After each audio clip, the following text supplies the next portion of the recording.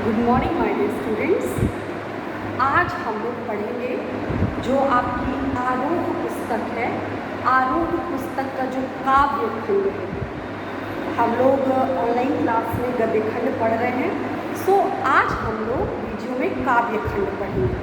काव्य खंड का आपका फर्स्ट ईयर का पहला जो आरूढ़ नामक पुस्तक है, जो पहला लेसन दिया है आपके सिलेबस में, वह है कबीर जी द्वारा रचित पद। कबीर जी द्वारा रचित पद। सो आज हम लोग को कबीर जी के विषय में थोड़ा संक्षिप्त अध्ययन करेंगे। उसके बाद हम लोग उनके द्वारा रचित पद को पढ़ेंगे भी और कैसे उसका वाचन करते हैं, कैसे उसको प्रोनाउंस करते हैं, कैसे उसका अर्थ बताएंगे। सब कुछ संदर्भ प्रसंग व्याख्या और ससंदर्भ व्याख्या हम आपको बताएंगे। तो सबसे पहले हम कबीर जी द्वारा रचित जो उनका जीवन परिचय है, वो जीवन परिचय पढ़ने का प्रयास करेंगे। सो आइए देखिए जीवन परिचय। सो कबीर के विषय में आप लोग सब लोग जानते हैं। कबीर का दोहा बहुत ही फेमस है, बहुत ही प्रसिद्ध है। आप लोग खुद बार इनका दोहा जो है वो पढ़ चुके हैं। सो आइए इनका देखते हैं एक बार संक्षिप्त रूप से जीवन परिचय। भक्ति काल के जो हिंदी साहित्य है, संपूर्ण हिंदी साहित्य का एक साथ अध्ययन कर पाना नामुमकिन है। सो उसके लिए विभिन्न कवियों ने उनके समय पीरियड को और काल पीरियड को विभिन्न भागों में विभाजित किया है। सो उसी में एक भक्ति काल है, जिसका आदि काल है, वीरगाथा, आदि से वीरगाथा काल है। इसी तरह से भक्ति काल भी एक काल है। सो भक्ति काल की निर्गुण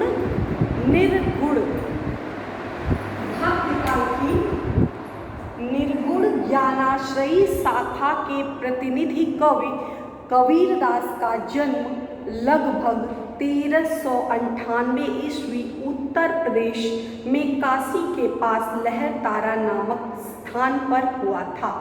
भक्ति काल के निर्गुण, भक्ति काल में दो धाराएं प्रचलित थी, एक सगुण धारा, एक थी निर्गुण धारा। सगुण धारा मतलब कि जिसमें भगवान के रूप स्वरूप को आधार बना करके उनकी पूजा की गई, जैसे श्री रामचंद्र जी के गोस्वामी तुलसीदास जी हो गए, श्री कृष्ण जी के रूप के उपासक जैसे सूरदास हो गए या फिर मीराबाई हो गई। सो यह सगुण भक्ति काव्य धारा के थे। तो निर्गुण भक्ति काव्य धारा, जिन्होंने ईश्वर को तो माना लेकिन ईश्वर का स्वरूप को उन्होंने निर्धारित नहीं किया। बताया कि जिस रूप में जो व्यक्ति जैसा है, ईश्वर उसी रूप में प्रकाश की पुंज के रूप में है। जैसे पानी होता है, पानी आप ग्लास में लीजिए तो ग्लास का शेप ले लेता है, पानी आप थाली में लीजिए तो थाली का रूप ले लेता है। तो उसी तरह निर्गुण जो कि भगवान का गुण कोई भी आकार रूप स्वरूप ना बता करके प्रकाश पुंज के रूप में बताया, तो इसी धारा के प्रवर्तक में कबीरदास जी का नाम जो है बड़े ही प्रमुखता के साथ लिया जाता है। ज्ञानाश्रयी शाखा के प्रतिनिधि रिप्रेजेंट करते थे किस धारा को? निर्गुण काव्य धारा को। जिस तरह तुलसीदास जैसे सगुण काव्य धारा के प्रवर्तक थे, प्रतिनिधि कवि थे, उसी तरह से कबीरदास जी जो है वो निर्गुण काव्य धारा के प्रतिनिधि कवि के रूप में जाने जाते हैं।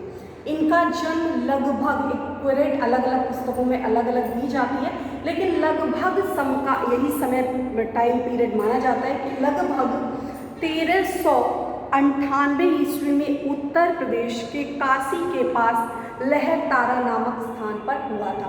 सो इनका जन्म जो है उत्तर प्रदेश में हुआ था, 1398 ईस्वी में हुआ था, काशी में हुआ था और लहरतारा नामक ग्राम में हुआ था। सो अलग इनके विषय में तरह तरह की कहानियाँ, तरह तरह की किंवदंतियाँ जो है बहुत प्रचलित है। इनके जन्म के विषय में भी अक्सर विवाद का विषय उपजता रहा है। अलग अलग साहित्यकारों में भी मतभेद है। कोई उनका जन्म कब सन कोई और कुछ और बताता है, कुछ लोग कुछ और बताते हैं। लेकिन जो सबसे प्रमाणिक जो तिथि मानी जाती है वह 1398 और जो स्थान बताए गए हैं काशी में लहरतारा नामक ग्राम में उत्तर प्रदेश में हुआ था। और एक किंवदंती प्रचलित है कि उनका पालन पोषण नीमा नीरू नामक जुलाहा दंपत्ति ने किया था। कि जब इनका जन्म हुआ था तो इनके माता पिता ने जब इनका जन्म हुआ तो इनको फेंक दिया गया था या बहा दिया गया था। सो इनका जो पालन पोषण था नीरू नीमा नामक एक जुलाहा जुलाहा एक प्रकार की जाति होती है, उनका एक अलग विशेष प्रकार का कार्य होता है। सो नीरू नीमा नामक जुलाहा दंपति के द्वारा कबीरदास जी का जो है वह पालन पोषण किया जाता है। तो ऐसे कुछ लोग इस बात का समर्थन करते, कुछ लोग इस बात का समर्थन नहीं करते, लेकिन यह जो है सबसे प्रामाणिक तथ्य यही है।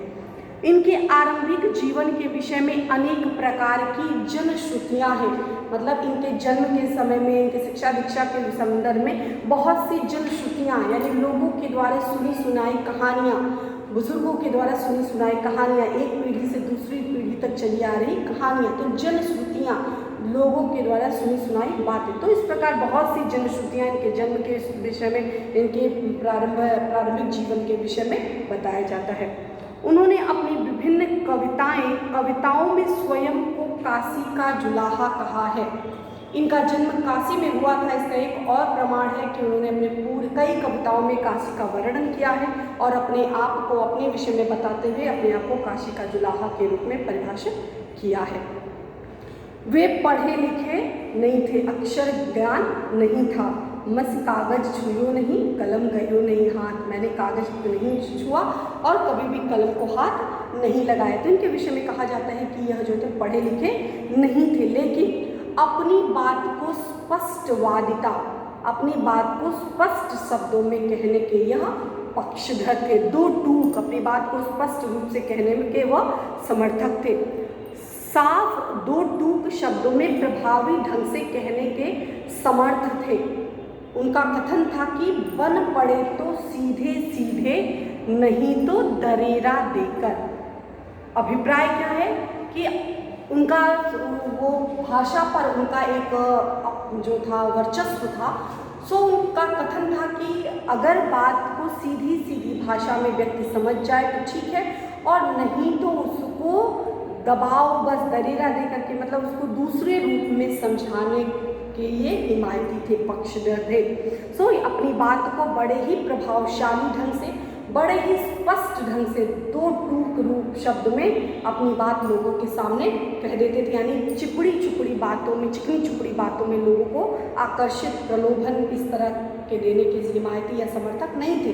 इनकी बात स्पष्ट थी कि अगर कोई बात समझे तो ठीक है, नहीं तो उनको दूसरी भाषा में, दूसरे शब्दों में उनको समझाने का प्रयास किया जाए।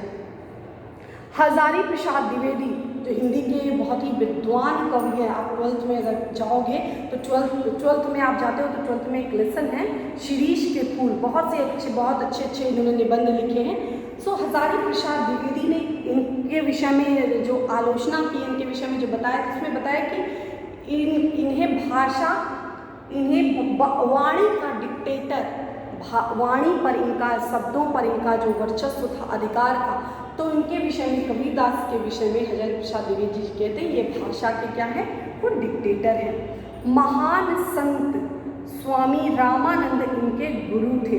यह जीके का प्रश्न भी है और हिंदी में भी पूछा जाता है कि कबीरदास जी के गुरु का नाम क्या था, या निम्नलिखित में से कौन कबीरदास जी के गुरु थे, या रामानंद जो है वह किसके गुरु थे। सो आपको पता होना चाहिए कि रामानंद जो है वह कबीरदास के गुरु थे। उन्होंने अपनी रचनाओं में साधु संगत और अपने अनुभव से जीवन और जगत के ज्ञान और मर्म को प्रमुखता दी है। उनका पूरा जीवन जो है बनारस की गलियों में साधु सन्यासियों के बीच में बीता, और पढ़े लिखे थे नहीं, तो जो भी ज्ञान उन्हें मिला अपने अनुभवों के द्वारा, साक्ष्यों के आधार पर, उन्होंने कोई भी ज्ञान सुनी सुनाई बातों पर नहीं, स्वयं अनुभव किया और उस अनुभव को लोग जो पद के रूप में, दोहे के रूप में लोगों के सामने बताया, और इसका अच्छा खासा लोगों के ऊपर प्रभाव भी पड़ा। जो भी उनका अनुभव था जीवन जगत को लेकर के, ज्ञान को लेकर, मर्म को लेकर के, बड़े ही प्रमुखता के साथ उन्होंने स्पष्ट किया। लगभग सन 1518 ईस्वी में बस्ती के निकट मगहर से आप सभी लोग परिचित हैं, बस्ती के निकट मगहर में इनकी मृत्यु हो गई। मगहर में इनकी समाधि स्थली जो है वह बनी हुई है। तो कभी आपको अवसर मिले तो वहाँ पर जा करके इनके विषय में आप जानकारी प्राप्त कर सकते हैं। जो उनके दोहे हैं इत्यादि, उनके विषय में जो जानकारी है, उनके मृत्यु के विषय में आप वहाँ जा करके ज्ञानार्जन जो है कर सकते हैं। सो इनका मृत्यु का जो सन है 1518 और जन्म है 1398। तो 8 याद रखिएगा, 1398 और 1518। जन्म कहाँ हुआ था? लहरतारा, काशी में, उत्तर प्रदेश में। और मृत्यु कहाँ हुई थी? बस्ती के निकट मगहर में। अब आ जाइए रचनाएं। रचनाएं बहुत पूछी जाती हैं कि कबीरदास जी द्वारा रचित प्रमुख रचनाओं के विषय में बताइए। तो कबीरदास जी का मुख्य ग्रंथ जो था वह था बीजक। ये भी जीके का एक प्रश्न है और हिंदी में भी जो भी एग्जाम होते हैं उसमें एग्जाम में पूछे जाते हैं। और बहुत से ऐसे एग्जाम हैं जिसमें हिंदी के 15 क्वेश्चन 20 क्वेश्चन पूछे जाते हैं। तो उसमें अति प्रसिद्ध महत्वपूर्ण प्रश्नों में एक प्रश्न यह भी है कि इनकी प्रमुख रचनाएं बताइए। तो कबीरदास जी की सबसे अति प्रसिद्ध महत्वपूर्ण रचना है वह है बीजक, जिसमें साखी सबद रमैनी संकलित है। बीजक में साखी सबद रमैनी यह सभी संकलित है। कबीरदास की सभी रचनाएं, कबीरदास की जितनी भी रचनाएं उन्होंने अपने जीवन काल में रची है, लिखी है, समस्त रचनाएं कबीर ग्रंथावली में संग्रहित है। एक वर्ड है, बहुत ही महत्वपूर्ण है वर्ड है, इसको देख लीजिएगा, संग्रहित। संग्रहित मतलब होता है एकत्रित। तो संग्रहित ये भी जो है जो वर्तनी शुद्धिकरण में जब एग्जाम में जीके के प्रश्न में या फिर हिंदी का प्रश्न पूछा जाता है किसी एग्जाम में, तो ये पूछा जाता है कि संग्रहित निम्नलिखित चारों में से संग्रहित वर्ड कौन सा है? तो यह वर्ड जो है संग्रहित। लोग संग्रहित लिखते हैं, हाँ पे छोटी की मात्रा लगाते हैं, ध्यान दीजिए संग्रहित। सो इस प्रकार इनकी जितनी भी रचनाएं हैं वो कबीर ग्रंथावली में संग्रहित है। उनकी रचनाएं सिखों के धर्म ग्रंथ गुरु ग्रंथ साहब में भी संकलित है। आप अमृतवाणी सुनते हैं, सिख धर्म में बहुत ही प्रसिद्ध है अमृतवाणी। तो उसमें बहुत से ऐसे हैं जो इनके कबीरदास जी के द्वारा रचित जो दोहे हैं उन दोहों का संकलन जो है अमृतवाणी के रूप में, जो धर्म ग्रंथ के रूप में गुरु ग्रंथ साहब में सिख धर्म का जो पवित्र ग्रंथ है उस ग्रंथ में इसको इनके दोहों को संकलित किया गया है। अब आ जाइए साहित्यिक विशेषताएं। कबीरदास जी अनूठे और निराले व्यक्तित्व के धनी कवि थे। उनका साहित्यिक व्यक्तित्व बड़ा ही ओजपूर्ण और आकर्षक था। हजारी प्रसाद द्विवेदी कबीर के व्यक्तित्व का मूल्यांकन करते हुए बताते हैं कि वे सिर से लेकर पैर तक मस्त मौला। मस्त मौला मतलब आप मेरे बारे में जो प्रतिक्रिया करना है करिए, लेकिन मुझे जो सही लगेगा वो मैं वही करूँगा। तो आपके कहने से मेरे व्यक्तित्व पर कोई विशेष प्रभाव नहीं पड़ेगा। कहने का अभिप्राय यह है कि अगर आपकी बात सही है तो मैं उसका अनुसरण करूँगा या करूँगी। अगर आपकी बात सही नहीं है या आप मेरी चुगली कर रहे हैं या मेरी कमी बता रहे हैं, अनावश्यक जो है चुगली कर रहे हैं, सो उस बात पर मुझे कोई परवाह नहीं। मस्त मौला व्यक्तित्व के थे, फक्कड़ थे, अक्खड़ दिल, साफ दिल के साफ, दिमाग से दुरुस्त और कर्म में विश्वास रखने वाले हैं कि जैसा आप कर्म करोगे वैसा आपको फल मिलेगा। उन जैसा कोई व्यंग लेखक आज तक उत्पन्न नहीं हुआ। हजारी प्रसाद द्विवेदी ने कबीरदास के संदर्भ में बताया कि यह इतने महान व्यक्तित्व के धनी कवि थे कि इनके जैसा आलोचनात्मक, इनके जैसा आलोचना लिखने वाला कवि जो है वह बहुत ही ना के बराबर है या नहीं देखने को मिलता है। मतलब इनके अंदर जो शैली है, जो इनके अंदर भाषा का प्रभुत्व है, जिस ढंग से अपने दोहे के माध्यम से अपने विचार को अभिव्यक्त करते हैं, वैसी आलोचनात्मक शक्ति किसी के अंदर जो देखने को अभी तक नहीं मिली। अब आइए भाषा शैली के विषय में। कबीरदास की रचनाओं में अनेक भाषाओं का समन्वय, ध्यान दीजिएगा समन्वय, समन्वय मतलब सम्मिलित, शामिल होना। इनकी जो रचनाएं विभिन्न प्रकार की, चूँकि साधु सन्यासी थे, घूमते फिरते रहते थे, तो जहाँ जहाँ जाते थे वहाँ की भाषाओं को ग्रहण करते थे, वहाँ की भाषाओं को सुनते थे, अपने जीवन में उतारते थे। तो इस प्रकार उनके जीवन शैली में तरह तरह की भाषाओं का उन्होंने अडॉप्ट किया, अपनाया। तो उनकी रचनाओं में स्पष्ट रूप से उसकी छाप जो है देखने को मिलती है। साखियों में उन्होंने राजस्थानी पंजाबी भाषा का मिश्रण किया। तो राजस्थानी और पंजाबी भाषा का मिश्रण किसमें है? उनकी साखियों में। रमैनी और सबद में ब्रज भाषा और पूर्वी हिंदी का प्रयोग किया।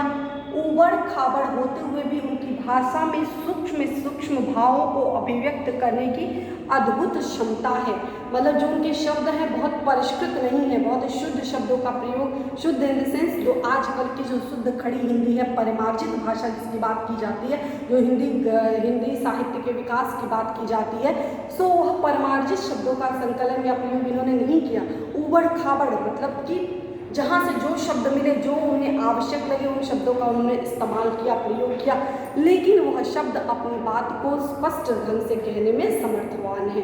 सो बात हमारी स्पष्ट होनी चाहिए, चाहे शब्द का चयन किसी प्रकार से हो, कहने का अभिप्राय है जो हम कहना चाह रहे हैं उसका लक्ष्य वह चीज़ आप तक पहुँचे, वही जो होता है वो पर्याप्त होता है।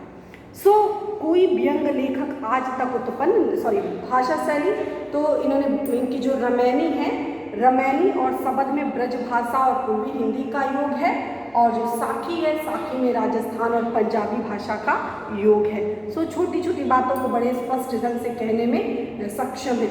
आचार्य रामचंद्र शुक्ल ने कबीरदास जी की भाषा को सधुक्कड़ी भाषा के नाम से बताया। यह भी प्रश्न हिंदी साहित्य में पूछा जाता है कि कबीरदास जी की भाषा को सधुक्कड़ी भाषा किसने कहा? तो किसने कहा? आचार्य रामचंद्र शुक्ल ने। आचार्य रामचंद्र शुक्ल ने इनकी भाषा को सधुक्कड़ी भाषा का एक प्रश्न। या कबीरदास जी की भाषा कौन सी है? तो कबीरदास जी की भाषा जो है वह सधुक्कड़ी भाषा है। यह कबीरदास जी के जीवन का संक्षिप्त परिचय था। आप एक बार देख लीजिएगा, फिर बुक से देख करके जीवन परिचय उतार लीजिएगा। इसके साथ साथ इनके जीवन से जुड़ी हुई जन्म मृत्यु रचनाओं से जुड़ी हुई अन्य जो जनश्रुतियाँ हैं, उन जनश्रुतियों को पढ़िए और ज़्यादा से ज़्यादा ज्ञान अर्जन करने का प्रयास करिए। धन्यवाद।